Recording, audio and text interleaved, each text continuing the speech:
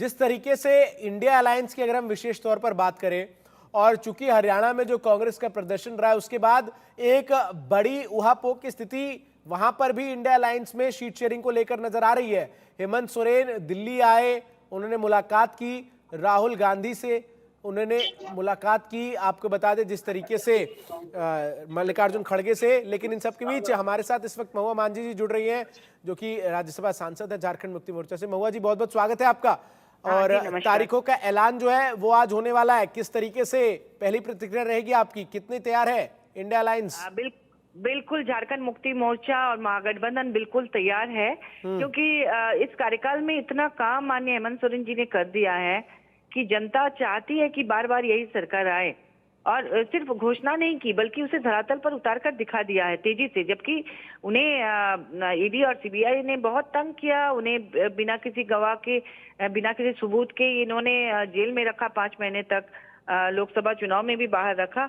इसके बावजूद जो काम हुआ है और लगातार हो रहा है, इससे जनता बहुत खुश है। और इस समय चुनाव होना हमारे लिए बहुत ही अच्छा रहेगा। एक बहुत अहम सवाल आपसे पूछना बनता है, चंपई सोरेन की कमी खल रही है या नहीं पार्टी को?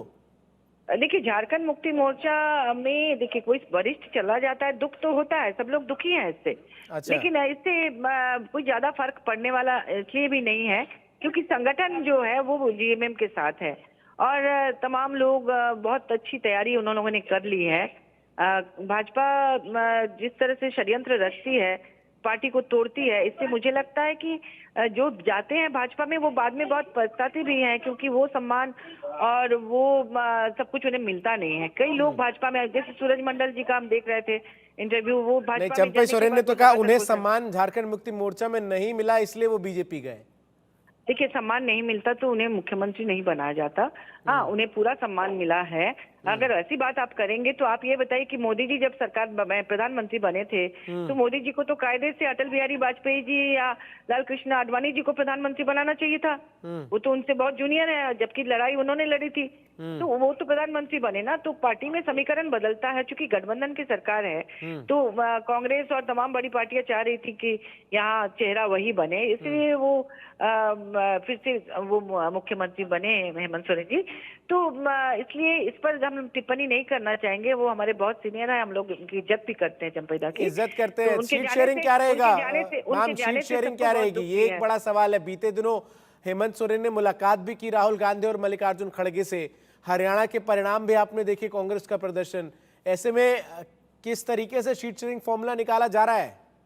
देखिए, हमारे यहाँ 2019 में सीट शेयरिंग फॉर्मूला यही था कि जो फर्स्ट और सेकंड थे, मतलब जो सिटिंग थे और उसके बाद जो सेकंड नंबर पे थे, एज ए कैंडिडेट्स को चुना गया जो किसी भी पार्टी के हैं। मान लीजिए वो गठबंधन में अगर कांग्रेस के हैं, अगर जेएमएम के हैं, राजद के हैं, तो उसी तरह से चुना गया था। और मुझे लगता है कि इस बार भी जो इंडिया गठबंधन की नेशनल लेवल पर जो मीटिंग्स हुई उसमें कई में मैं भी उपस्थित थी, उसमें तमाम बड़े नेताओं ने यही कहा कि हम लोग ये नहीं देखेंगे कि वो किस ये से, जो कैंडिडेट सबसे ज्यादा जीत का भरोसा दिलाएगा उसी को दिया जाएगा। वो चाहे माने गठबंधन की किसी भी दल के हो, वो जीत महत्वपूर्ण है, ना कि सीट शेयरिंग, ये कहा गया है। हाँ, जीत महत्वपूर्ण है, लेकिन फिर भी एक फॉर्मूला तो होगा ना कि अधिकतर सीटों पर आप जो हमारे पास सूत्र बता रहे हैं। हाँ, कल माननीय मुख्यमंत्री हेमंत सोरेन जी ने हमारी पार्टी मीटिंग में, कल हमारी पार्टी मीटिंग हुई थी जिसमें हमारे सभी जिलों के हमारे पार्टी के तमाम नेता थे, संगठन के लोग भी थे। तो उसमें उन्होंने कहा कि हम बड़े भाई की भूमिका में रहेंगे, जेएमएम बड़े भाई की भूमिका में झारखंड में रहेगा।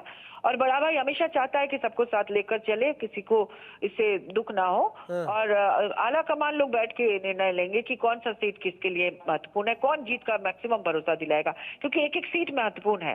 सिर्फ चुनाव लड़ने के लिए नहीं लड़ा जाएगा, जीतने के लिए लड़ा जाएगा। जीतने के लिए लड़ा जाएगा। लेकिन मैं दो नेताओं का नाम लूंगा जो कि आपके प्रतिद्वंदी दल से हैं, जो लगातार कैंप किए हुए हैं।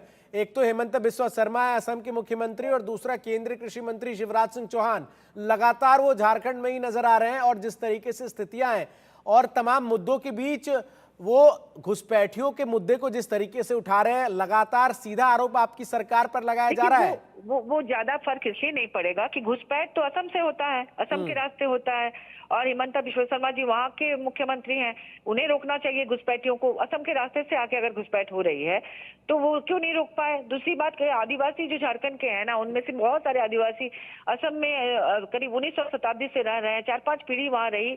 वहाँ के जंगलों को काट कर बहुत कठिन परिस्थिति में उन्होंने चाय के बागान बनाए और उन्होंने वो खूनी संघर्ष वहाँ होता है। वो वहाँ पर स्पेशल दर्जा मांग रहे हैं, वहाँ एसटी दर्जा मांग रहे हैं, उन्हें वो तो नहीं दे पा रही है, वो दुखी है वहाँ। इसलिए यहाँ के आदिवासी उनसे खुश नहीं है, क्योंकि असम में आदिवासियों के साथ आदिवासी महिलाओं को नंगा करके वहाँ बहुत बेइज्जत किया गया था।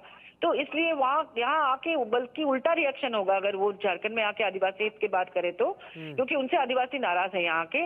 और जहाँ तक दूसरे कंट्री से घुसपैठ की बात है, तो बॉर्डर सिक्योरिटी फोर्सेस क्या कर रही है, जो केंद्र के अधीन है। ये राज्य का मामला नहीं है, ये केंद्र का मामला है, तो इसमें केंद्र को नहीं, उनका आरोप है कि आप लोग शरण दे रहे हैं उन लोगों के आधार कार्ड, वोटर आई कार्ड सब बनवा रहे हैं ताकि आप लोगों को वोट कर सके ना।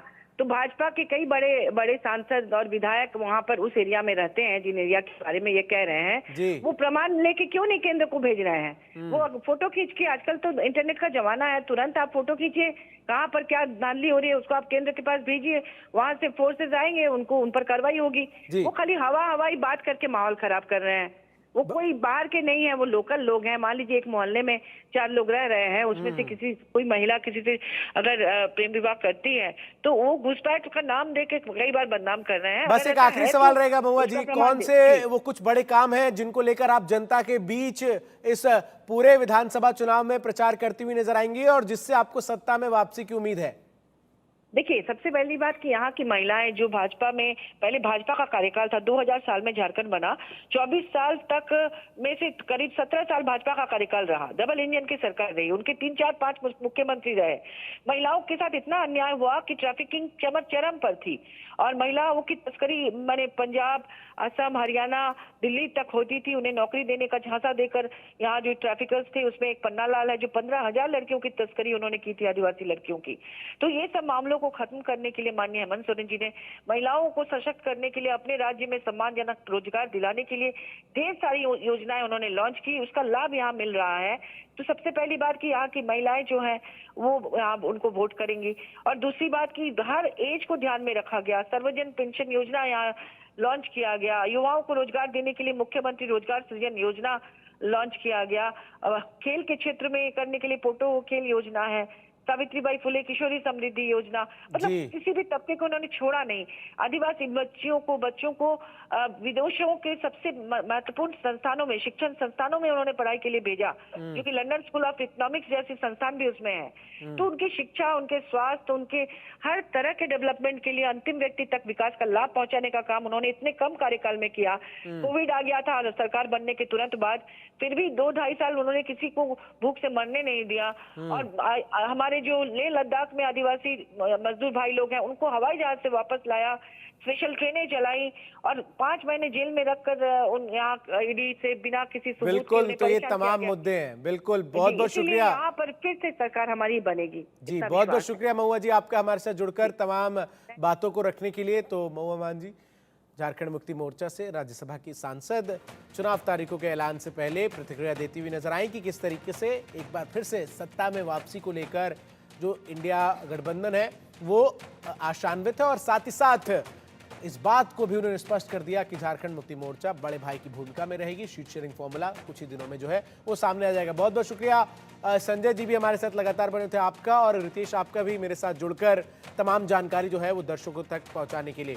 तो लगातार हमारी कवरेज जो है वो जारी है। 3:30 बजे चुनाव आयोग की तरफ से तारीखों का ऐलान होगा। रुकेंगे एक छोटे से ब्रेक।